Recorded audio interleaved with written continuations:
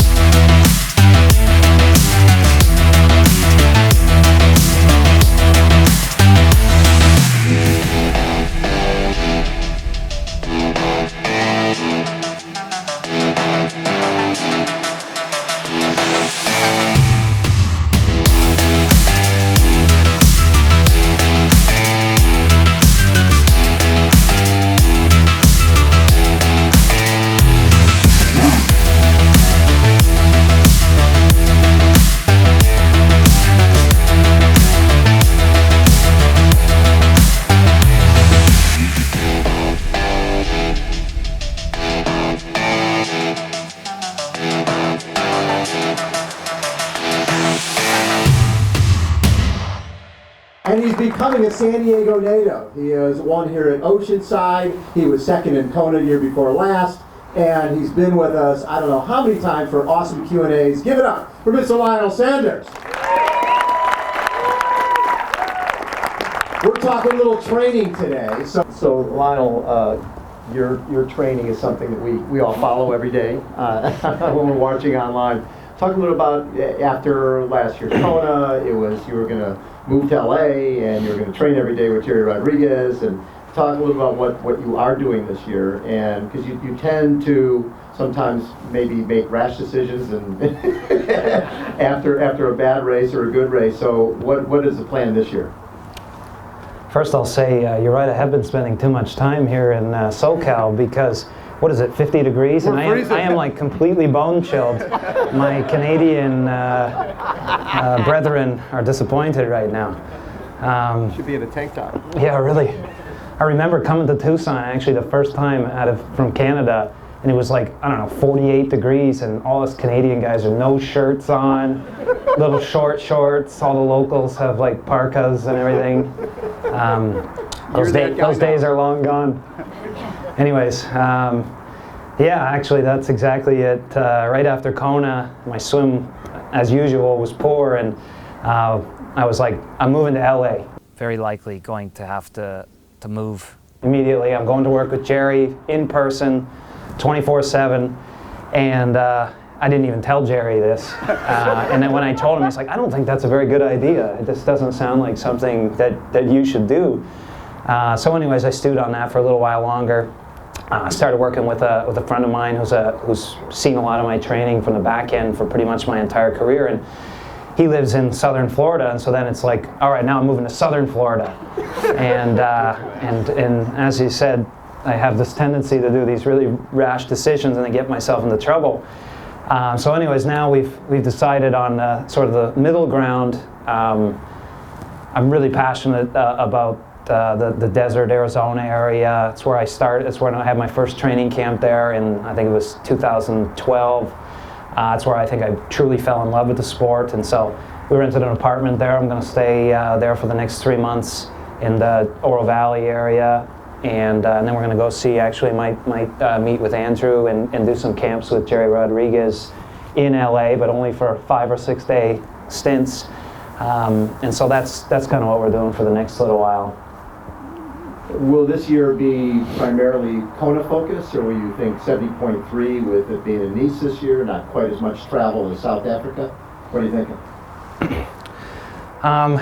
When you lead the race for 22 miles on the run and then get past with 3 miles to go and watch your life dream move rapidly forward in front of you, unfortunately from that point onwards, there can be no other goal other than Kona. And so Kona is 100% the goal and will remain the goal for the rest of my career.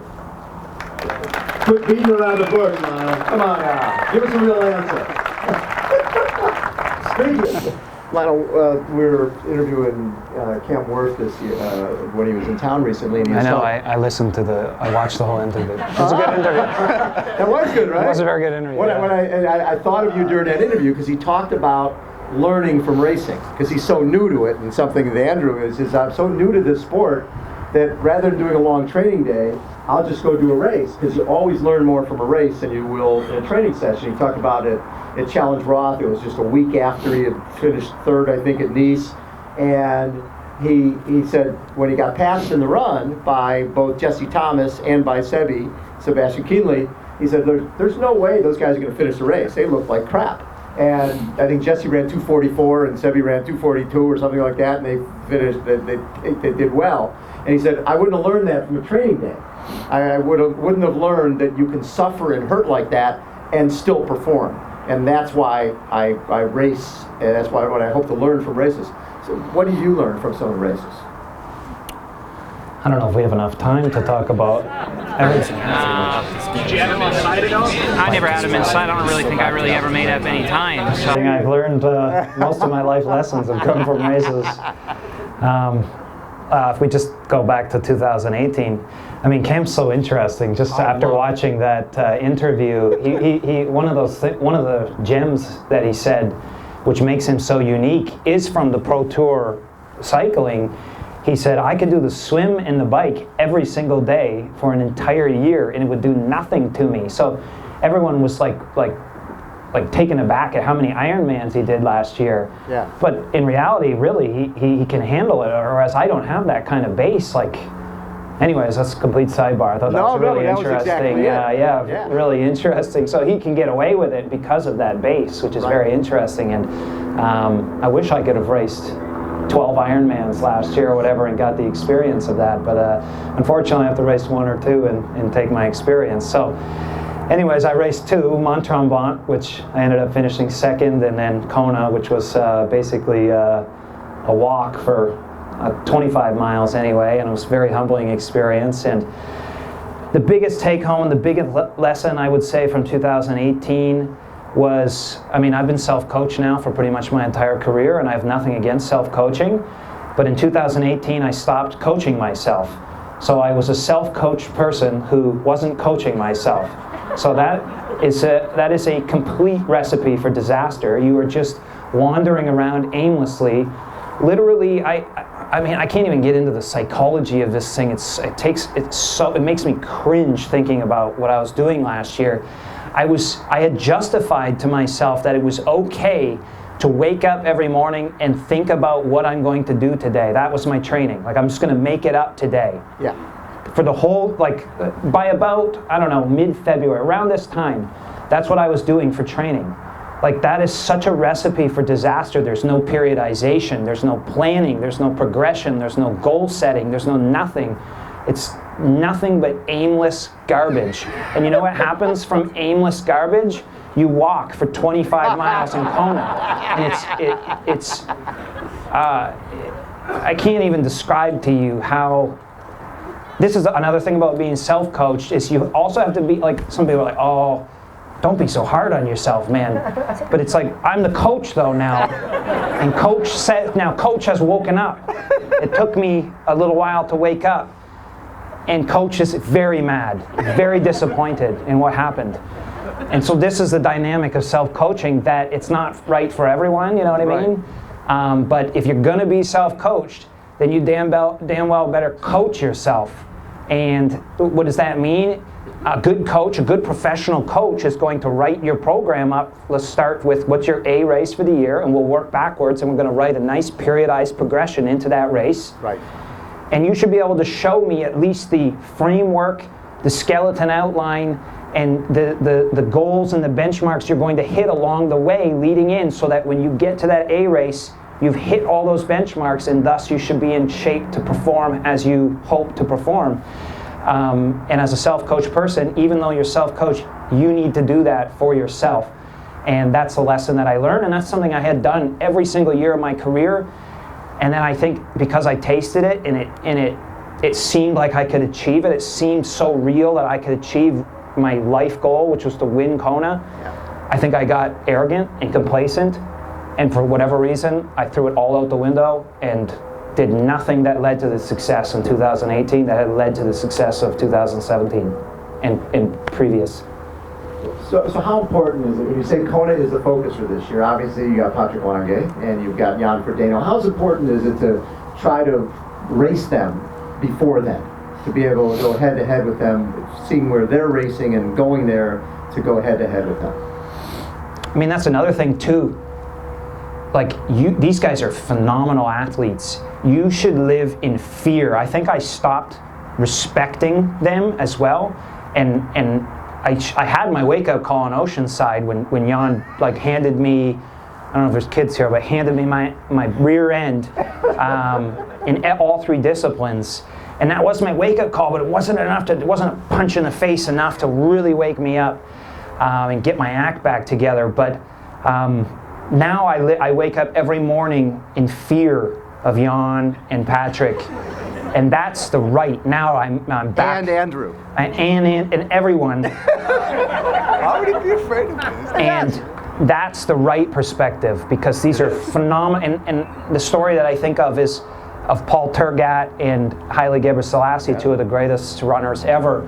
And Paul Tergat said of Haile Gebrselassie, he would come home after whatever ridiculous training all day, and he couldn't even eat. He just trained so hard, he wasn't even hungry or anything.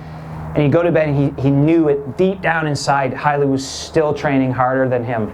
And I mean, this is how you have to, unfortunately, this is the glamour of professional triathlon. You have to live your life. Every night I go to sleep afraid and fearful of what Jan and Patrick are doing.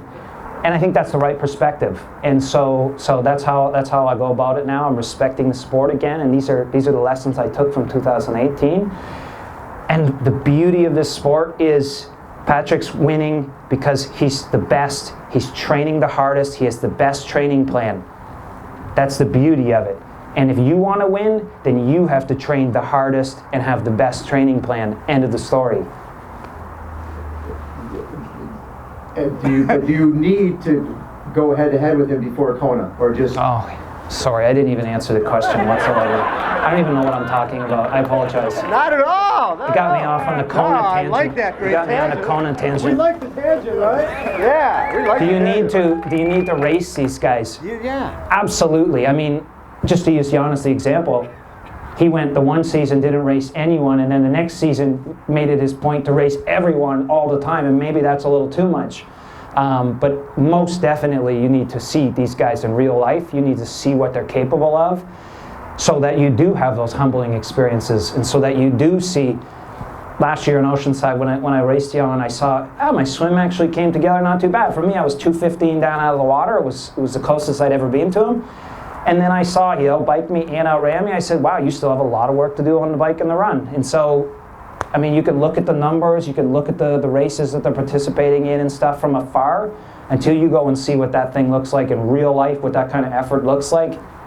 It's just meaningless. So absolutely, I think, and I'm excited. I think Jan's going to be in Oceanside, and I'm going to be in Oceanside. So I'm very excited to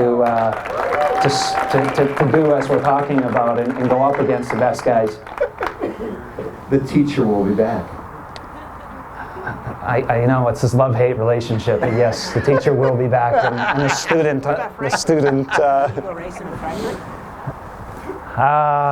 thought about it. I really did think about it, but no, I'm going to do. Yeah. When you look at the people at the Ironman, you look at everybody's skill set. He says, my skill set is I'm a great cyclist. Patrick's skill set is he's a great runner. And I said, well, what's Lionel's skill set? He says, well, Lionel can suffer, but Lionel doesn't have that ace, that swim, bike, or run. That was his point. And when I'm sure you watched that. Oh, I remember it very well. Yes. That's not why I bring it up. I figured you might have missed that part. But when you hear that, what do you think about, and how do you change that? And is that even necessary to change anything? Well, that's another one of the beauties of the sport. It doesn't matter if you're the best swimmer or the best biker or the best runner. In fact, usually the best swimmer, the best biker, and the best runner does not win. I don't know if you've ever seen the best of any of those ever win Kona. Has the best ever won? I guess Patrick is a good example, because he is probably the best marathon runner in those conditions. In terms of pure runner, though, Gomez is probably the best runner in that race this previous year. Yes. Amberger was the best swimmer. Cam, the best biker, Right. and None of them won. So that's the beauty of the whole thing. I mean, even Jan's a great example. He's not the best at any of them, but he wins all the time. So, so what do I think about that? I think, who cares? Like, people always talk about that. Oh, my bike split was so good. It's like, I mean, I don't care about your bike split. I've never ever inquired about a bike split ever in my whole life. It's your bike run composite score. Like, Right. no one should ever speak of a bike split. It's always bike run, because I could probably bike a bit faster, but it's going to lose 3-4 minutes on the run, and to go 1 minute faster on the bike, it's irrelevant. But to answer the question, I guess, for me, just keep honing all three disciplines. I still think there's lots of room on the table to improve. And the swim, you know, there's working with Tower 26 and hopefully doing some training with Andrew. We'll get together for some swimming. Cam as well swims with Tower 26. I think there's lots to improve there. On the bike, I mean, I've done most of my training on the trainer, so there's certainly room to improve in terms of handling, and lots of room to improve in terms of aerodynamics. Just haven't been to a wind tunnel, for instance. And then on the run, I mean, if you've seen me run, it's pathetic looking, and there's certainly some efficiency gains to be made. So when I hear Cam say that about me, it certainly motivates me. But I say, irrelevant, guy. Right. I'm going to just keep plugging away and battle you soon enough. So, as a fan of all endurance, which you are, who are some of your favorite athletes, either legendary or current, in terms of cycling, runners, swimmers, some of those guys? I mean, my favorite, probably my favorite athlete of all time was Dave Mira, to be honest with you. He was the one who inspired me just to, I think they called him like the Miracle Boy or whatever, Miracle, yeah. Just striving for things that were in your mind completely unhumanly possible. And that's certainly what motivates me a little bit. Is I would like to do something. I like doing things that make me scratch my head and say, I don't know how you did that.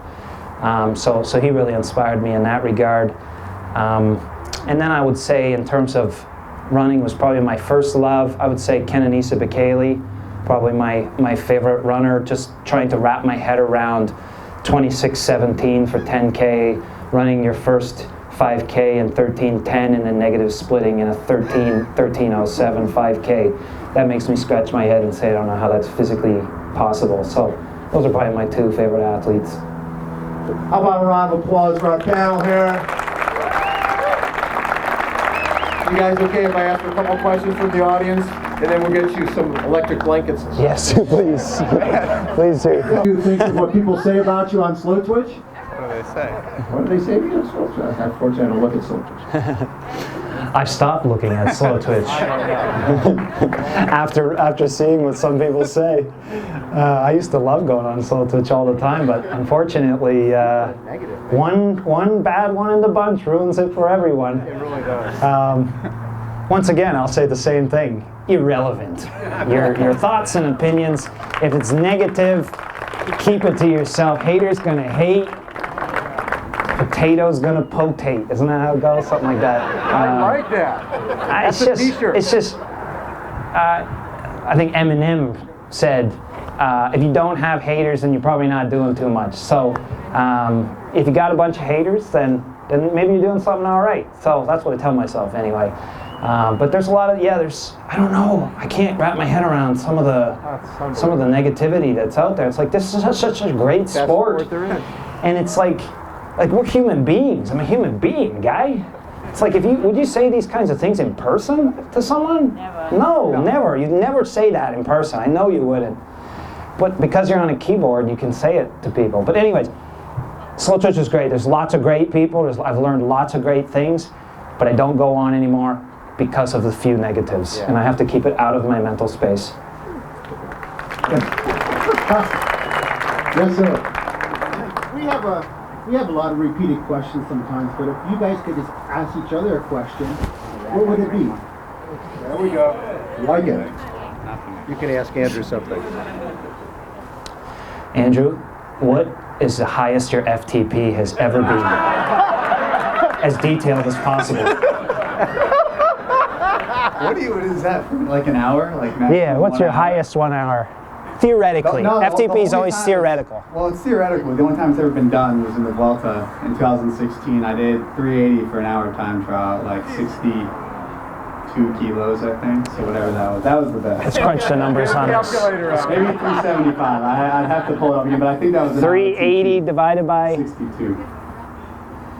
6.1 watts per kilogram for an Well, hour. Unfortunately, it takes like 6.7 to win if you're Chris Froome, so it didn't do as much. That's Okay, pretty wait, you mind-boggling. can ask this guy a question. Yeah. What do you? This was for Lionel. You said I think you're outwardly, you're one of the most. I think you're the most mentally tough person in the sport of Ironman, and I think I always said this in cycling. I kind of prided myself on, like, obviously you have natural talent, but there's like an ability to suffer that can at times supersede what the talent is, and there's all sorts of science on it that validates that, right? The mind, different pain tolerances, and I think you have one that is maybe arguably even more than the people who've been winning Kona the last few years. What do you think makes you different? I think I watched you in Kona in 2017, and I think I've seen it from cycling. Some people go deep and people go hard, but there's a switch, and there's something different when people go to another place that allows them to ask things of their body that a lot of people can't. Even sometimes the people winning, right? People can win and they cross the line and they look fine, and you can tell when somebody goes to a place like you've done in certain races where you cross and like that was it. There's everything. What do you think makes you different? First off, I will say Patrick is suffering to an extreme level, but is really good at hiding it. And same as Jan. They're both twisted, insane people inside, whether they externally show it or not. Man, I'm just bad at hiding it. That's what I'm good at, I guess. In terms of like in Kona in 2017, because that's probably the most I ever suffered. Like I have like memory loss from the race. What do I attribute the ability to like? Why would anyone want to suffer to that ability? And I believe that I'm doing my life's purpose. That's the only reason why. I believe triathlon found me. I was in a dark place in my life. It came into my life. It saved my life, and I am just following my life's purpose. And that's what I was doing in the moment then. And that was how the cards were dealt that day, and it didn't happen how I wanted it to happen, but I gave my absolute best effort on that day, truly my best effort. There was nothing more. When Patrick came by, there was nothing I could give, and that's all I did. And so there was no need to like, come on guy, go for it. Like I've been doing that. That's what I'm doing now currently. And so if I can suffer decently well, that's how I'm doing it. But I definitely believe that the best guys are suffering equally and more. They just are very good at keeping their composure. Again, round of applause for our legend. Thank you, guys. So you want everybody to race to go. Let's take everybody down and do some giveaways, right? Yes, I like it. Oh, thank you. Thank you, brother. Sure. Good, man. Keep it up. Good, man. We are at the Canyon North American headquarters. We had a disaster travel day. We're supposed to get here like 6 hours earlier than we did, but oh well. And you end up getting where you need to get. And Canyon's put on this great event. It's just bringing together the community of experts to starting off with like a group ride with Andrew Talansky, and then just a whole bunch of talks and sessions throughout the day with experts, and then some fun giveaways, and then we did a little Q&A with Bob Babbitt, and it was just a really fun event, and had a really great turnout. It's really good to see, and here we are in the headquarters.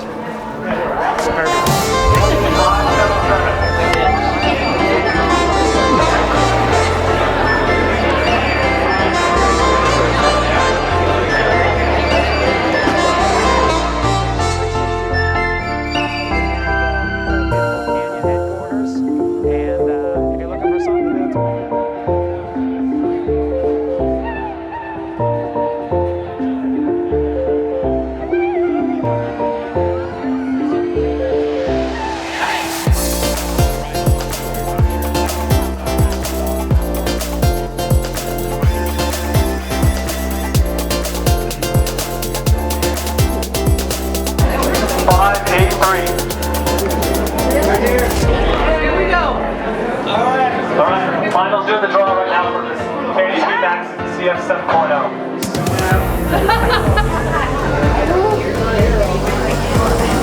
Oh, dang. It's just the last three numbers. Just the last three? Yep. 6. 9. 7. We got one. We have a winner. We have a winner.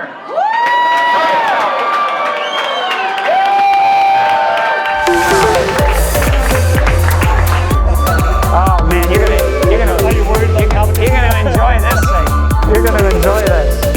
I know it. This is way too good for me. Oh no, man. Did it with my mom actually. Yeah. Yeah, it was a lot of fun.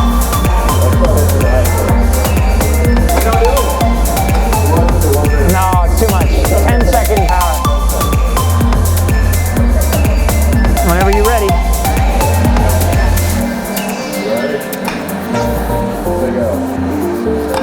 Go. Oh, dang, you're like significantly better.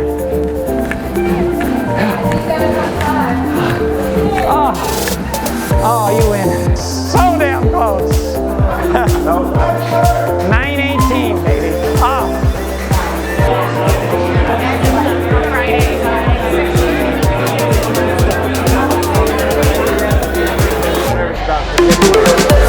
Oh, you'll be all right. Once you get in there, it's not too bad. I didn't even know, like, it was terrible for like 1 second and then it wasn't that bad. I wouldn't recommend even going. That's it from here.